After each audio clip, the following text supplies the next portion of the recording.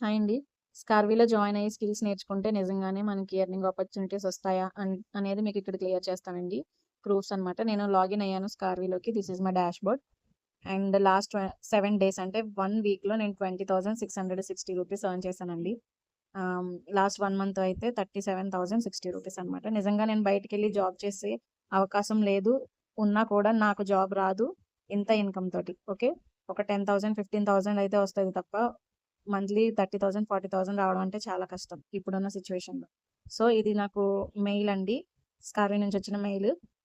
నేను ప్రూఫ్ చూపిస్తున్నాను ఇక్కడ. ఇక్కడ నేను టాక్స్ కూడా పే చేస్తున్నాను. టాక్స్ డిడక్ట్ అమౌంట్ అని చెప్పి 1033 ఉంది.